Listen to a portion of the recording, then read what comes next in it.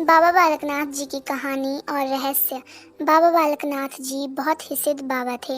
बाबा बालकनाथ जी ने सतयुग से कलयुग हर युग में जन्म लिया है।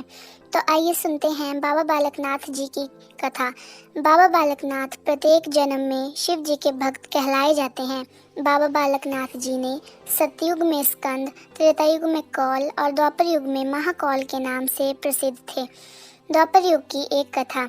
एक बार महाकौल जब महादेव के दर्शन करने के लिए कैलाश पर्वत की ओर जा रहे थे, तब रास्ते में उनको एक वृद्ध औरत मिली।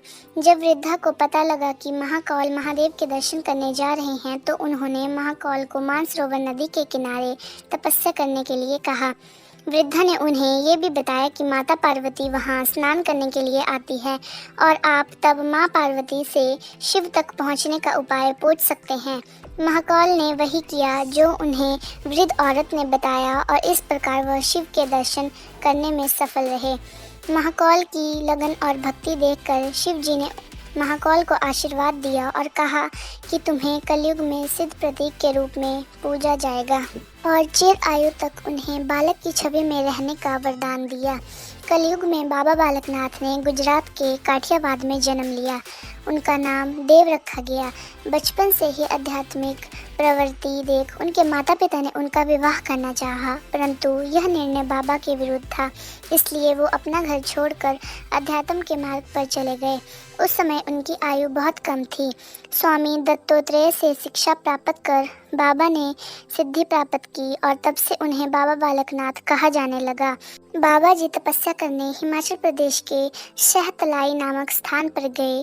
वहाँ एक गरुड़ पेड़ के नीचे बाबा तपस्या करते थे। हिमाचल के बड़सर में एक रत्नो महिला ने बाबा बालकनाथ को गायों की देखभाल के लिए अपने पास रख लिया था।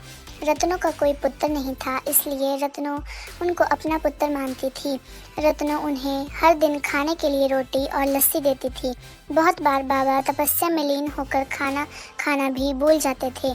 एक बार रत्नो ने कहा कि तुम मेरी गायों का ठीक से ध्यान नहीं रखते, जबकि मैं तुम्हारे खाने पीने का पूरा ध्यान रखती हूँ। यह सुनकर बाबा ने उस गरुड़ के पेड़ के तने से रोटी और जमीन से लस्सी को उत्पन्न किया और रत्नो को वापस किया। बाबा की यह बात दूर दूर तक फैल गई। हिमाचल के हमीरपुर से 45 किलोमीटर दूर चकमोह नामक पहाड़ी पर बाबा जी का दिव्य सिद्ध पीठ है और यह देवसिद्ध के नाम से भी प्रसिद्ध है।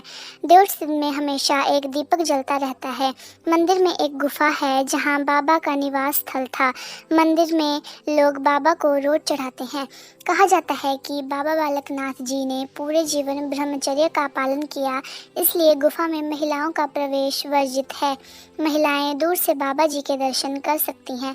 तो फ्रेंड्स, अगर आपको बाबा बालकनाथ जी की यह कहानी और रहस्य पसंद आया हो तो वीडियो को लाइक और चैनल को सब्सक्राइब ज़रूर करिएगा। Thanks for watching. बाय।